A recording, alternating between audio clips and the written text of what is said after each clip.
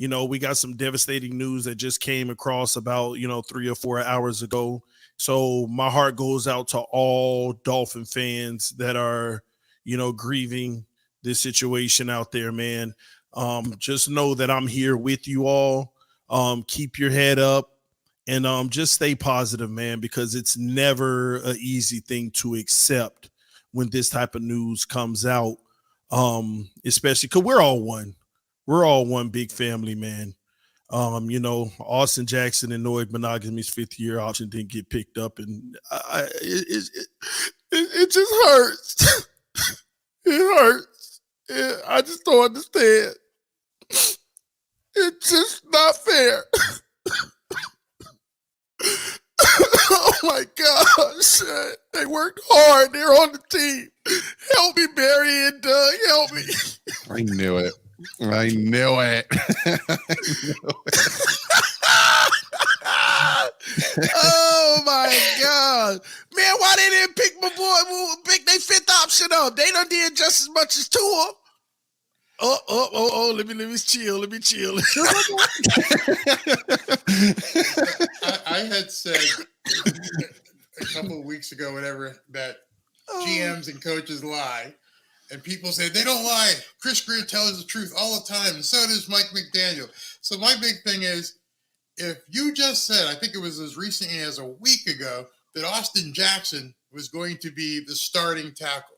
I think we all heard that, correct? Mm-hmm.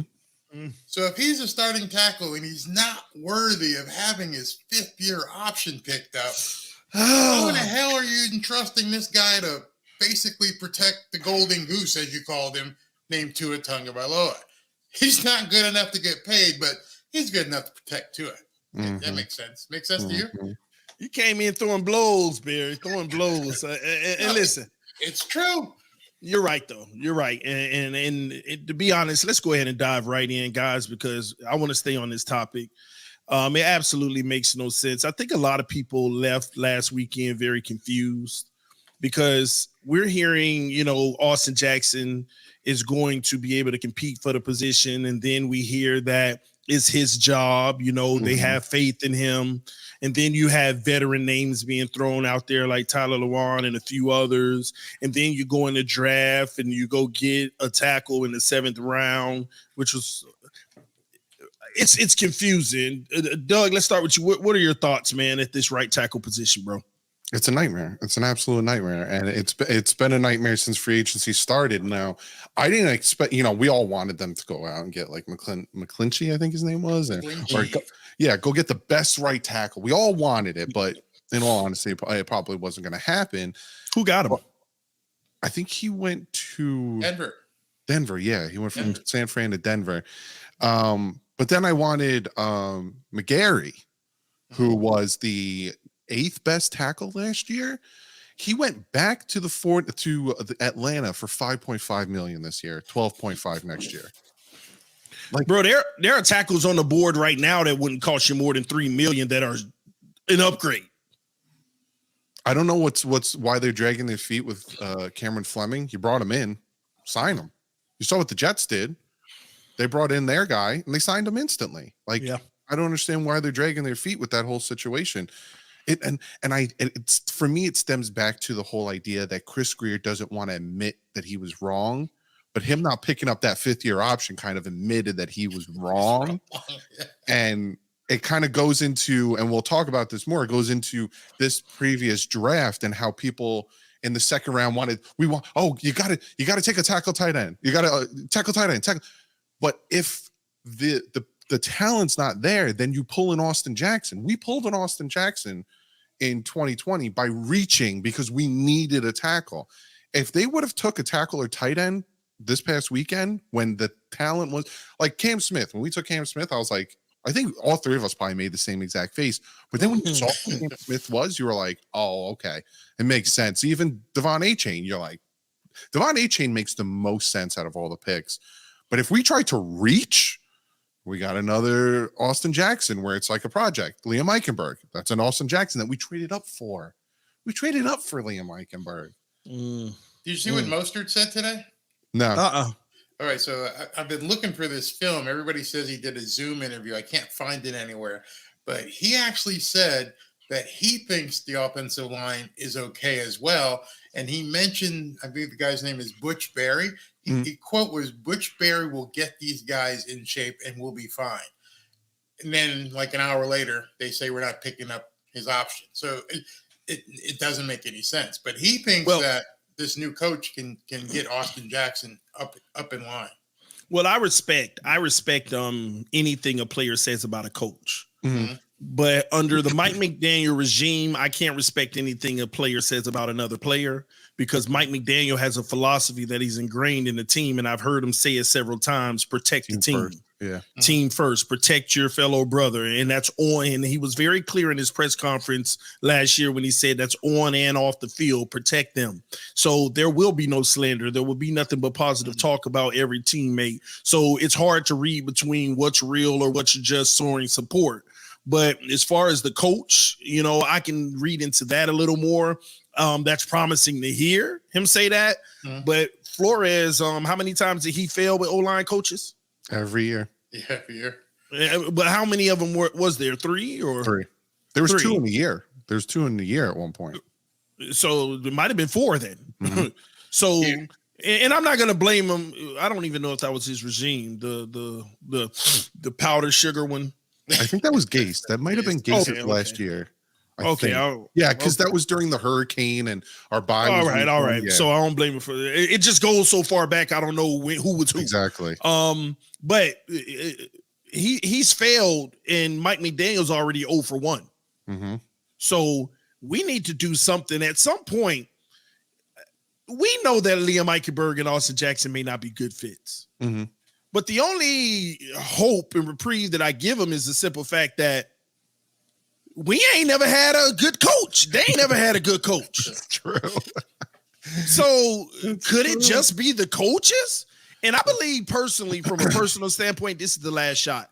Yeah. So if this coach is supposed to come in here and whip him into shape, this is the last shot, because this O-line cannot repeat what it's done in the past. Because if Armstead goes out, it goes from when everybody's healthy on the O-line, I believe we have a above average, itty bitty above average, not like above average, itty bit above average. 15th ranked in the NFL, and I'll give it that for me, like 14 to 18, somewhere around there. Yeah. But if Armstead goes out, we're no better than 24 whatsoever. Yeah, and maybe that's even so. And that's the shame of it all. And that's what we can't afford, because at the end of the day, it's unfair to say. I hate when I say this, but who's gonna slap me on the wrist for saying we're only gonna get Armstead for 12, 13 games? Mm-hmm. Yeah. So say you get Armstead for 16 games. You're only getting a healthy one for maybe 10. You know what I'm saying? Because by the time we hit bye week, Teron Armstead's injury list was long. 4 injuries in 1 week he was playing on. So people like to say, hey, Tua got to play with Teron Armstead, Teddy Bridgewater and Skyler didn't.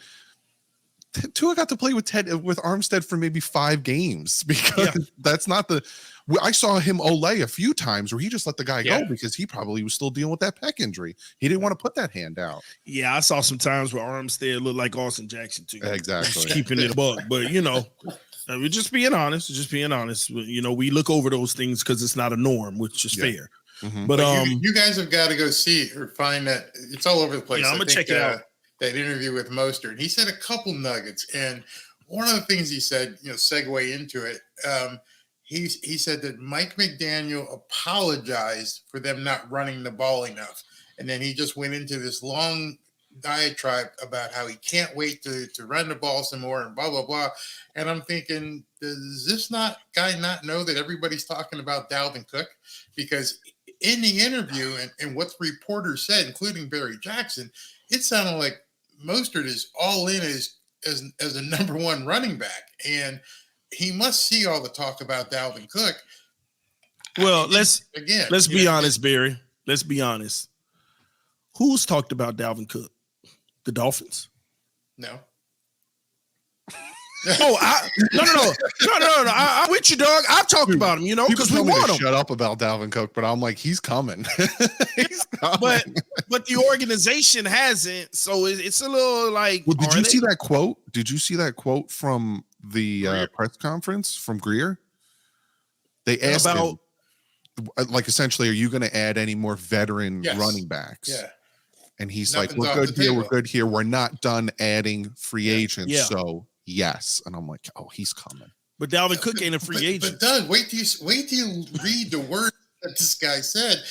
I mean, he looked so pumped it's only words. That's why I wanted to see his face. But the apology that McDaniel gave to him about running the ball and how he can't wait. Here, the exact quote, I don't have in front of me. The exact quote said, "We're going to shock the world." And guess what?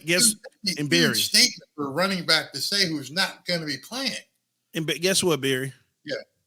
Raheem Mostert is just showing how gullible he is. Oh. Because guess what another player on the team said? 2,000 yards. Oh, God. Another player on the team said 2,000 yards. Which one do you believe more that they gonna go after? All of it. Good answer, Doug. Greatest show on turf 2.0, baby. Let's go. So right now you got 5 running backs. You got the 4 from last year plus the guy they just drafted, A-Chain, who some people are saying he could actually jump over Wilson and be 2. Mm-hmm. And then you're talking about bringing Dalvin Cook in. So if that happens, somebody's gone. So essentially the way their contracts were all worked out, and this is the thing that Chris Greer and, the front office does incredibly well with these contracts. All 4 of the guys they've signed, if any of them are moved before June 1st, I think Myles Gaskin, no guaranteed. Mm-hmm. Savon Ahmed, $500,000 guaranteed. But Jeff Wilson, if he's moved before June 1st, I think it's only a dead cap of like $500,000. What I see happening is if they get Dalvin Cook, it's going to be Dalvin Cook number 1, Mostert number 2, and then Devon A-Chain that number 3. But also, you saw how we worked with our running game. It was a constant in and out, in and out, in and out. Injuries. That too. So I could see that. I could see the guy who's moved and possibly traded with Dalvin Cook coming to us to Minnesota, Jeff Wilson type, and then they'll probably just release Myles Gaskin, and then you still have your 4 to 5 running backs for camp. So you bring in Dalvin Cook, who just read, like we all did, that you're not exercising the option on your tackle. Mm-hmm. Who's blocking for him? Oh, he doesn't need it, baby. He don't need it. Hey, Barry, I'm gonna clip that one about 365 days from now. Why didn't we get an offensive lineman in the 24th round? Well, I'll say this. The offensive line was 22nd ranked, gave up a ton of pressures, all this stuff, but our running backs were still averaging 4-something yards a carry. And they, if we didn't stop running it, they would have had 1,000-yard rushers. So that's why I'm like, Dalvin's like, oh, I got this. I'm good. Bring me home. Bring me home. Well, baby. I actually have a higher upside on A-Chain. Yeah, I actually have I love his versatility of being able to catch the ball out of the backfield and do it at an explosive level. Now, Mostert can do it, but I think A-Chain is better in that area. He's in my opinion. Body type. Just a little fast, shifty guy, and I just don't understand. I know the size is the only issue. Mm-hmm. That's a big issue. It's an issue, but with this O-line, they're looking for guys to win with their speed, not power more so, because we're just not going to be able to do that. So I don't understand what a Mostert or Jeff and all of them have over him other than size. And it's funny, too, because if you look at Raheem Mostert, when he came out of college, he was in the same situation as Devon A-Chain. Devon A-Chain, he went down in weight because once the football season ended, he started doing track and field, so he needed to slim down. He's going to bulk back up. He'll probably be around 200 pounds once training camp starts. That's the same thing that Raheem Mostert did. If you go back and watch when he came out in the draft, he was about 189. Now he's around 200. But when you watch Devon A-Chain's tape, he's a little scrappy dude. He reminds me of Darren Sproles. He bounces off tackles. It's hard to tackle him because he's so small. And that's the key. That's the key to him. This is why, and I know this is bold, but let's just take Cook out of the equation because he's not here yet, right? You know, I spent 3 years, they tell me to take Watson, Lamar, everybody out because he's not here. So let's take Cook out, okay? I know I'm finna sound bold, I'm finna sound crazy, but A-Chain can come in here and steal it all. Yeah. Because the biggest thing that I loved about him coming out of college is that Texas A&M O-line was garbage. Garbage. That's why when Doug said, you know, bouncing off of tackles and things like that, we need guys who can make plays when it's not there, and he brings that ability. And I just and the other guys are good. It's just that they're gonna covet their fresh legs, a 3rd round pick before any unguaranteed guys, regardless, right? Yeah, his rookie year. Some people are saying, I read Barry Jackson put out an article where he compiled everyone's grades for the Dolphins draft, and one part, who was it that said it? I think it was Mel Kiper, said that Devon A-Chain is going to be a candidate for offensive rookie of the year. From Mel Kiper. I was like, all right. I don't think so, but all right, I'll take that. Now I'm sitting here talking high on him, but I ain't going that high. I ain't going that high. That's bold though. That's bold. But imagine something like that happening. Wow. Wow. Could he get enough touches in this offense? Yeah. If he's he's going to be catching a lot, and as then long as he can stay healthy, compiles what he did in 2021, what he did with 2022. Check down Tua 2021, 2022. He pushes the ball too much. You take those two Tuas, put them together. That's a quarterback. I'm not going to disagree with that because I have no idea what's wrong with Tua. 1 year you trash deep, you the god short, and the next year you're the worst short. And you're the god deep, and I'm like, he says he doesn't listen to the media, but I feel like when he plays, he hears check down to. Oh, I'll fucking show you check down to it. Starts like whipping them. So now can he have that balance? See, Doug brought Tua up. I'm trying to stay away. I stayed away from it. He did bring him up. See, Doug always talking Tua, always talking Tua. That's what they say. TD, why can't you keep Tua name? I didn't bring him up. All right, but switching gears because I want to move over for a little bit. I want to go back to Cam Smith real quick. I personally don't feel like he's going to get that much playing time right away, even though he has the ability to be that type of guy.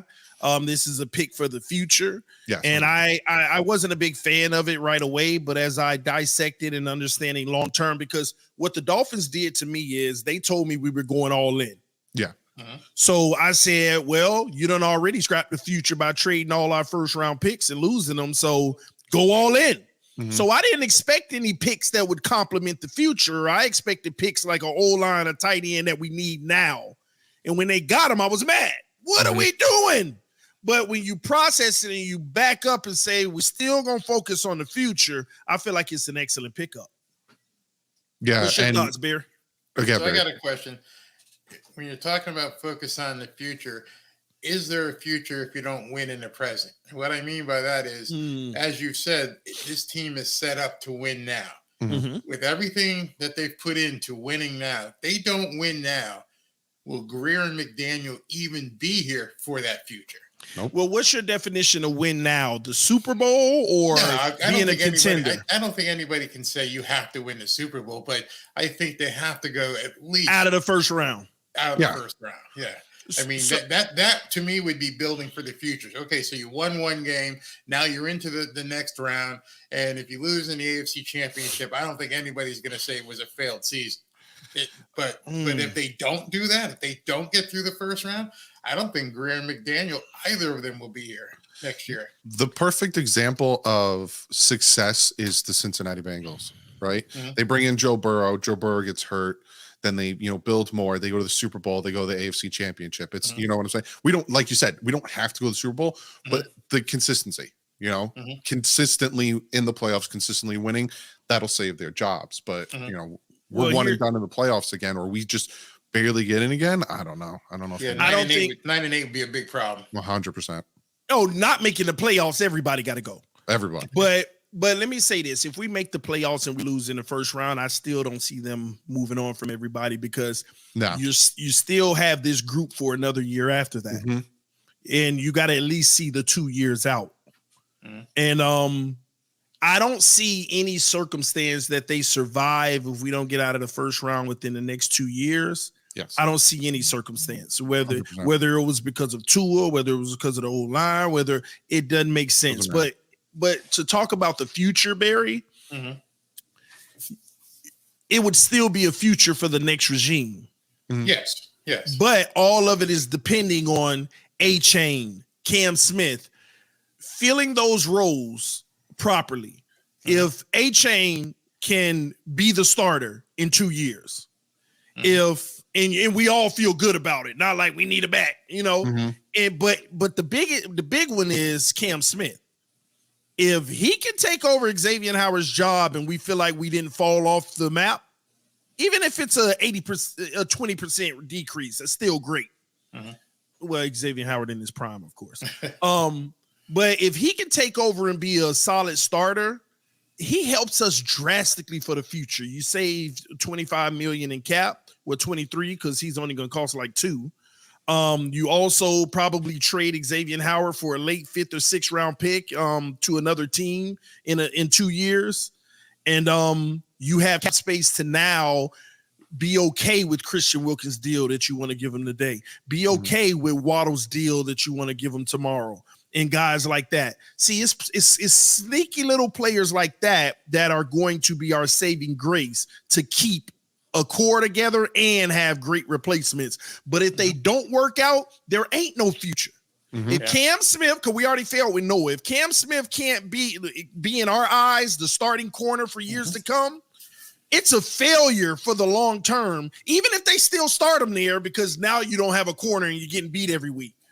Offense may be explosive, but you ain't got a corner or whatever it may be. So I think we can still have a future with the moves that we made. When are they releasing the schedules? May 11th, from what I'm hearing. 11th, okay. Yeah, it's like a week. Yeah, we should do a show on that because that would be a good predictor show. I'm not gonna lie, this is the most interesting schedule release anticipation ever because the schedule is just so tough. I want to see how it's lined up, who we play. Oh man, this is gonna be one for the ages, man. I want to start with the Jets. Oh, right off the bat. That's what I want to do. I want to start with the Jets. They're so high and mighty on him. I said something at the end of my video, this morning. If Aaron Rodgers was still Aaron Rodgers, do you really think the Packers would have let him go? I'm not worried about Aaron Rodgers. He doesn't worry me. It's the same situation with Brett Favre. It was the same situation with Cam Newton. Same situation. Not saying he's bad. You know, it's 1 year off of his MVP year. But if he was the same guy, do you really think Green Bay would let him go? My concern with the Jets isn't Aaron Rodgers. Yeah. It's the fact that that team was literally an average quarterback away from making the playoffs. Average. So when you add Aaron Rodgers, he's not going to be less than average, though. Yeah, 100%. So and we'll talk about it on another show, but scary thing about for me this year is there's too much out here, man. You look at Denver. If they get in the playoffs, what you gonna do? If the Browns come back to form because Watson gets it back to where it used to be, not saying he will, but if he does, there's too many wild card teams just hanging in the balance and nobody's talking about because of last year that may be night and day this year. So it's just gonna be a slugfest, and I'm gonna love it, man. Let's switch gears on this draft and talk more about the picks that we have because I don't want to run out of time this time. But I want to talk about my favorite pick of the draft. I know Cam Smith is a dog, A-Chain has a future, but my favorite pick of this draft is Elijah Higgins, and this is low key. A lot of people may not see it. But I love what he's going to bring to the table. We're talking about a wide receiver that has A.J. Brown build, and that's why the Miami Dolphins, and bigger than A.J. Brown, that's why the Miami Dolphins are going to bring him in as a tight end. I look at a kid like this with his versatility, McGenius, put those two together, you don't know what's going to come out of this. But what I love the most is all that size can move. People forget what a tight end is supposed to run, but he runs a 4.5. Even Travis Kelce runs a 4.6, and he moves. You know, he gets behind the defenders. This guy is physical. This guy is not afraid to block. I remember seeing him on a podcast with T.O. saying that was T.O. was like, hey, man, a lot of people telling me you're my comp. You know, T.O. said that to him. And he wasn't 100 on that. He was just saying that, man, listen, T.O. asked him, are you willing to be on the line and play tight end, this and that? He's like, it's whatever. And T.O. said, hey, man, I ain't a scout. I ain't a team. You could be honest. He was like, no, this is like my true, real answer. That's what I love about the game. I'll do whatever the team need me to do. And I'm willing to, and I'm going to win. I'm going to win when I do it. I'm going to win. And my thing is, when I win a rep, I don't stop there. I want to know, how could I have made that rep even better? You know, he's hungry. And the reason why I'm more high is because of the situation the Dolphins are in. Who owns the tight end room now? Not one person. Yeah, we're just automatically throwing, you know, Smith or whatever his name is in there. And this kid has a chance to come in and say, this is my room for the future. And he has the intent. They love what they see in him. Especially he could be used in multiple ways. He could be they could sit, like, literally, they could decoy him at right tackle. They could decoy him at tight end. They could flex him out at the receiver. I love this pick. What do you all think about this one? When we took him, Zach Kuntz was still on the board, and that's who I wanted. Yeah. His rating, that athletic rating, was a 10 out of 10. And I wanted him bad. I when I was doing my mock drafts, I was taking him in the third. Like, I was surprised he made it all the way down there. But no, I like Higgins, and I think Higgins reminds me of Charles Clay, in the fact that it's that, like, split. Charles Clay was that halfback tight end situation. Now we have that wide receiver tight end situation. And I think Embry will be able to get the best out of him. But the name you should really keep an eye out is Tanner Conner. For some reason, this team really likes him and keep, you know, talking about him and saying, oh, he's ahead of where we expect him to be, and this and that. So, you know, Durham Smythe is Durham Smythe. He's, to me, the next Anthony Fasano, which I love. But Tanner Conner might be the guy who's going to get pushed pretty hard. Anthony Fasano, you reach back for that one, man. Oh, I love him. He's a Jersey boy, so I love him. Who is the tight end up your way? Giants. Mark Bavaro. Remember him? I mean, that's who he kind of remind me of. TD, everything you just said about Higgins, I'm going to ask you a question. Every single thing you just said about Higgins, my pick was Darnell Washington. He's fast. He's big. He can block. He can be in a couple of different situations. People were talking about that he had a knee problem, and then I saw an interview where he said that's not true. And so, you know, who knows what was made up of the same kind of shit that was going on about C.J. Stroud, when the people were chirping about him trying to suppress his place in the draft. I just think that Darnell Washington seemed to fit everything that Mike McDaniel was saying throughout the year about Gesicki.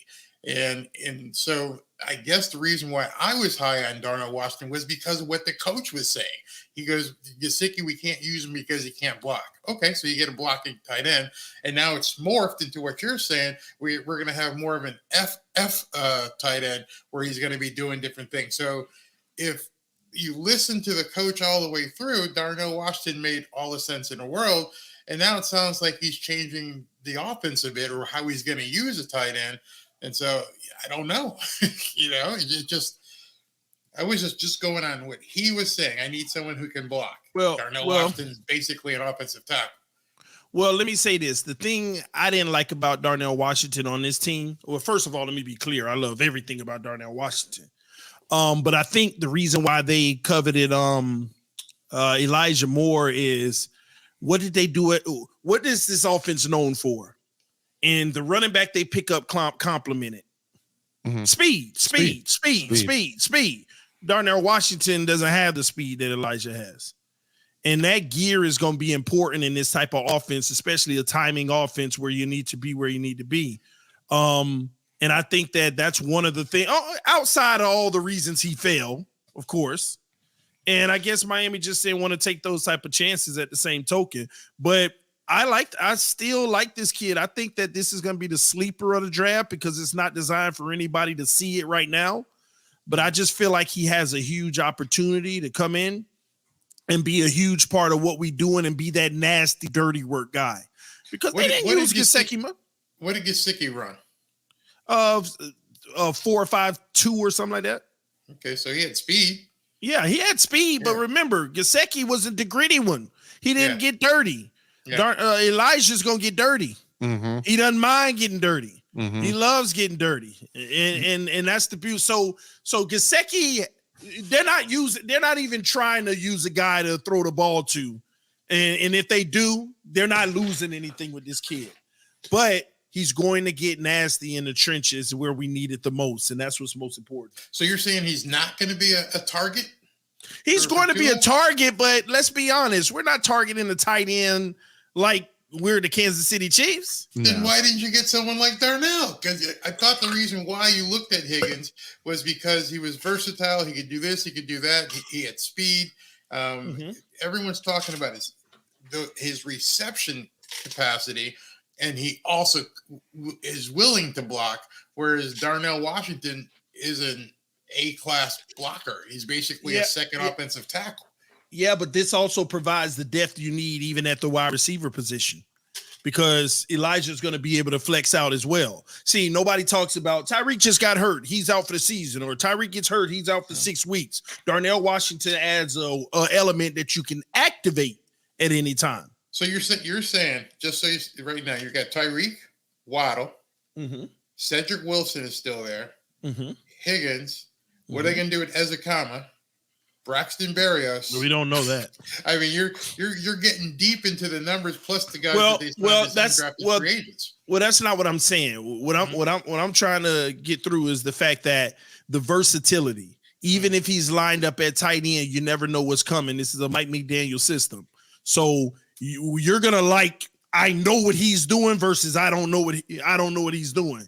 You want the I don't know above anything. And that's what he adds. What TD's getting at too, and I liked Darnell Washington, but I started souring on him a little bit when I actually watched. And you asked Darnell Washington to run an out route. That out route is curving because he's Frankenstein. He's fast going. But you ask him to go to TD's more. What he's saying, you take T Higgins, right, and you put him what they did a lot with not Kelsey, with the 49ers tight end Kittle, they put him out wide. And a lot of times by putting him out wide, it shifted their whole defense that way because they were like, Kittle's out wide, and then they ran it the opposite direction.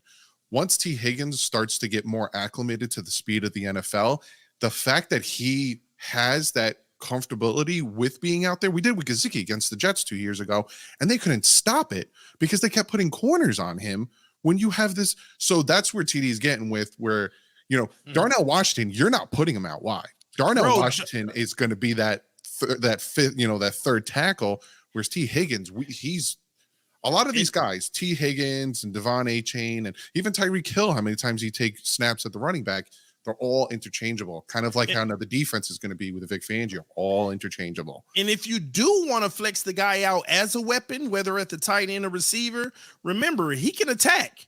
He could take your leverage away. He's going north and south, getting into the linebacker or the nickel and putting you on your heels of what he's going to do because he has the speed that his next move, you better get it right. Darnell Washington, that 269 pounds ain't moving. No, it's going to take a minute for him to get off. Yeah. 269. It just, you don't have to really worry about him being the passing threat at all, really.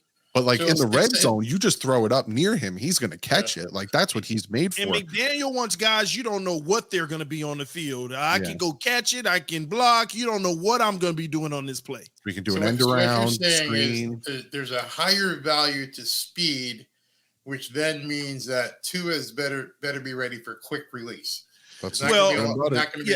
Well, in Elijah Higgins, in regards to him, there's a higher because at least he can get gritty in the blocking. Mm-hmm. At least he can get nasty. He's willing to. And even if he comes into the league and like, man, it's a lot harder on this level, it's still leaps and bounds better than where Gesicki ended.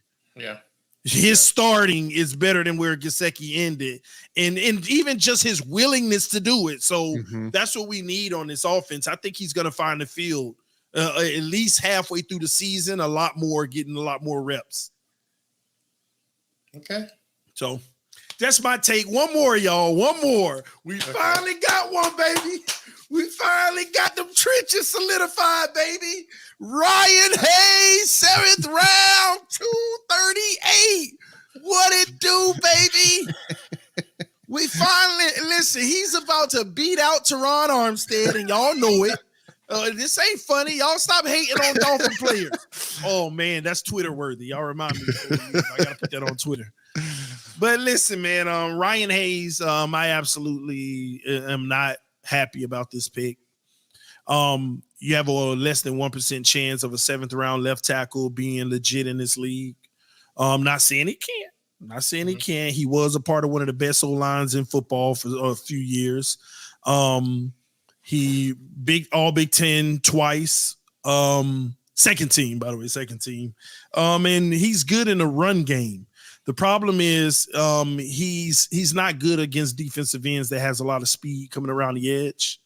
And he doesn't have very good leverage, which is why I feel like they're going to end up pushing him in at guard, and then he has a chance. He has a chance. And one of the things that I am optimistic about with him is Jim Harbaugh. You know, Jim Harbaugh getting these guys ready to be pro. He's one of the few coaches that actually prepares his players to go pro, especially old linemen, because he's had a track record of taking 7th round picks and undrafted players and making them really good starters in the NFL, or at least really good guys on the practice squad that help other guys get prepared. So that's where I'm at on this pick. What say you guys? I'm hearing good things about him. I'm hearing, he obviously he's a 7th round pick. He needs to work. From what I'm hearing, he needs to work on his strengths. I hear he's probably going to go on the inside. He might be competition at that left guard spot, but I'm hearing good things about him. I'm hearing, especially for his 7th round pick, some people had him going, 5th, 4th, 5th. And the fact that the Dolphins got, again, Mel Kiper Jr. said, the fact that the Dolphins got him in the 7th is incredibly surprising. So, kick him inside, because, again, he has small arms. And we can't, I'm done with, I'm just having flashbacks of Jesse Davis against the Buffalo Bills and just destroying Tua. Like, oh my God, kick him inside, have him compete for that left guard spot. You got 3 guys competing, get the best one. And then go get Cameron Fleming, have him compete with Austin Jackson, and there you go. I feel better about the whole situation. You see, I look at Michigan, too. So you guys know I'm a big Notre Dame fan. So I've been watching Michigan, Notre Dame for years until they broke up the rivalry. And the lineage of their offensive linemen has been so strong throughout. I mean, there's so many of them that have come through and gone to the NFL. So they've got the pedigree to do something. I agree. I think he's best suited inside. The videos that are going around, I had posted the one where the boy from Notre Dame completely obliterated him. But then I saw the other video after I posted it where he destroyed him in a one-on-one. So what that tells you is he's got the ability to really strike out, because Isaiah Foskey is a beast. And, so he got beat one, he beat him. Those are the only 2 plays that they were featuring all on Twitter. But I watched some of his games because I like Michigan, even though they were a Notre Dame opponent a lot. And I just think, like you said, his footwork, if Butch Barry is the coach that people are saying, there's a certain things you can coach, Doug, this from working on the line. You can coach certain techniques. There's other ones you can't. So one of the ones that you can't teach is nastiness. Yes. And from what I understand, talking to people, he's nasty. And so if I have to learn to show you how to punch with shorter arms or how to drop your leg, and I can learn that. But he's got that, as my coach used to say, he wanted offensive lineman with a defensive lineman mindset. And supposedly this kid's got that kind of mindset where he looks at you and goes, I want to take you out. And I just wish I could have seen those 2 videos with him and Isaiah Foskey at the Senior Bowl to know which order they were taking. Mhm. Did Isaiah Foskey beat him the first time and then they lined up again and he was like, going to put your dick in the dirt? Or was it the other way around? Because I bet you I looked at the sun shading. It was a little bit different sun. And I think when he beat him, he sat back and goes, I know your move now. And I hope that's what it was. And then he dropped him. I mean, just absolutely dropped it right off the snap. First time I played football on the defensive line, I had this offensive lineman, and I was tall. So I played with the guys a year above me because I was too big to play with people my age because I was bigger. And this offensive lineman, he put me on my butt, knocked the wind out of me and everything, hit me hard. Boom, put me right on my butt. So then the next time, I was like, all right, I know what he's going to do. We got down, and he went to go put his hands on me again, and I straight up laid him, and he fell right on his stomach. Yeah. He was like, you can't do that. And coach was like, you do whatever you want to get around. It don't matter. Yeah, so like you said, you pick it up. And I'm pretty sure, like you said, it was he got put on his butt, and then he was like, I know what you're going to do. I know what you're going to do. Y'all just got an exclusive. Doug telling the story of when he beat Jesse Davis. Let's go. It was me who broke 2 of his ribs. It was me. And if anybody's got the tape in succession, I'd love to see it. Because I mean, I would almost guess that Isaiah Foskey during the day, boom, he dropped it, ran right over him. And I bet you as an offensive lineman, you're like, yeah, I know exactly what you're going to do. Wow.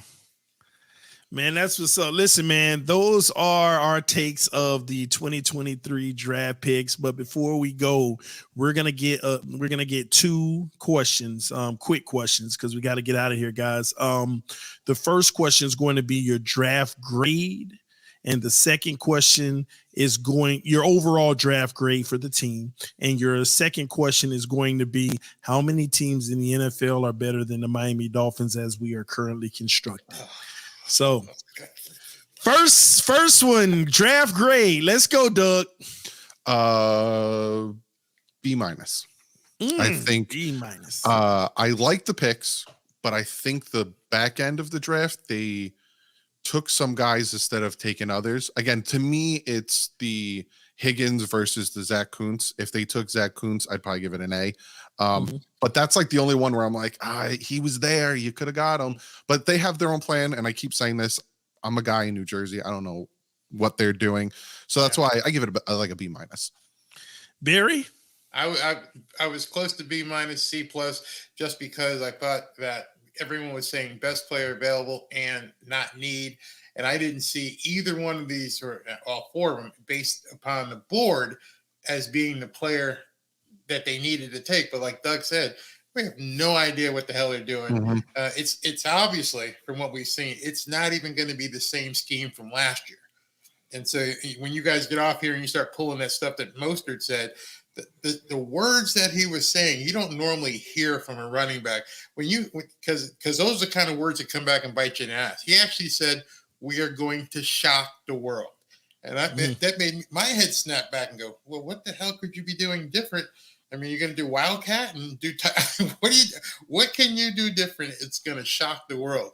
And maybe that's what Mike had in mind. I don't know.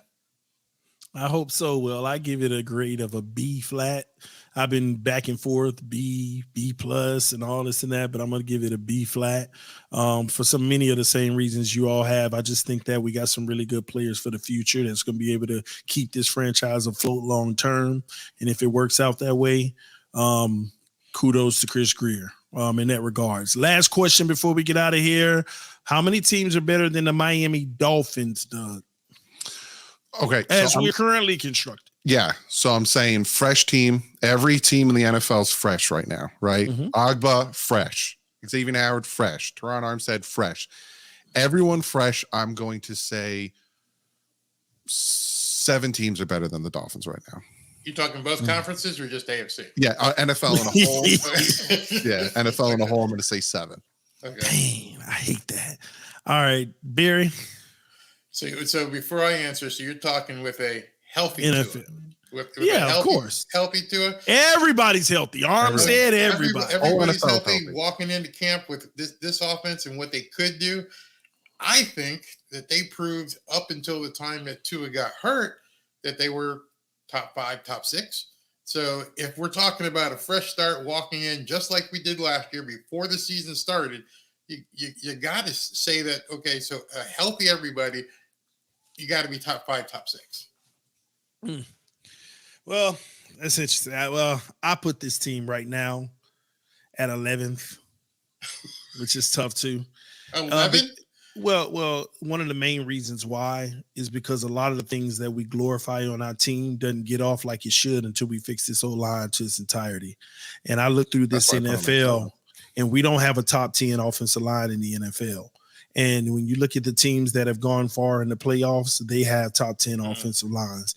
And a lot of teams that have less talent around the roster with better O-lines have gone further than us, because that is a huge driver. Now, if we can get an O-line that's top 10, we would be a top 5 team easily. So what would you have said if Tua hadn't got hurt? You looked into your crystal ball. What were they? In October? What were they in October? When did I look into the crystal ball, in week 5 or week 13? No, I'm saying you looked into the crystal ball before Cincinnati, and what would you have said they were ranked at that time? Because now you're going back to there. They're all healthy. If I looked at the crystal ball before Cincinnati last year, I would have had us 14th or something like that. No, I would have had us higher, probably 9th. I get it, because we're going to look at the Baltimore game and the Buffalo game. Oh, actually, I can agree with you, because the defense. But we already start bleeding on defense, and on top of it, until we get over our December woes, I'm going to always expect for them to come. That's true. I'm going to expect for them to come. I knew what was on the way. I mean, it was like clockwork, and it showed up right on time. So if you factor that in, 14th. Well, this year with the edge rushers they're going to have to face. I mean, you better have somebody blocking for them. Man, you could have somebody blocking for them, and it's still going to be tough this year. Yeah. I'm so excited about this season. It's going to be an ultimate slugfest, but I don't want to hold you guys up. We're going to get together again and have another party like this, man. It was a great pleasure, guys, and I'm so grateful for you all coming through once again. I know y'all going to get attacked out there in the social media world. I'm already getting attacked in the comment section. We didn't really say anything really flame-worthy, you know? I mean, well, it doesn't, Barry, last time I heard Barry shouldn't go on with TD, Doug shouldn't go on with TD. You legitimize this idiot. So thanks for coming and legitimizing me. It's greatly appreciated. I am now a legitimate person in the community because you guys were on the camera with me. All I could do is say thank you, guys. Hey, listen, man. I want to say thank you to everybody who tuned in, man. Real talk. I just love having a conversation with these men because we can have it in a healthy way. Agree or disagree. We know how to have good football conversation, and this is what it's about, and within our whole community, above the disagreements and everything. So salute to you, fellas. I wish you the very, very, very best on your success and your channels, man. You're doing amazing things, and I'm always here to support you guys. Always, no matter what you call, I'm gonna pick up the phone. As long as two in ears aren't present to hurt me, I will be there. Okay, so any last words you got for us? We'll start with you, Barry. Go read the stuff. You guys hadn't seen it yet. Take some time. I know you guys are always on Twitter, and look at some of that stuff Mostert said. It's really revealing. Doug, you're probably going to rip into it and end up doing a video on it because, I mean, it was dedicated to you. If you can find if you can find the Zoom call, let me know.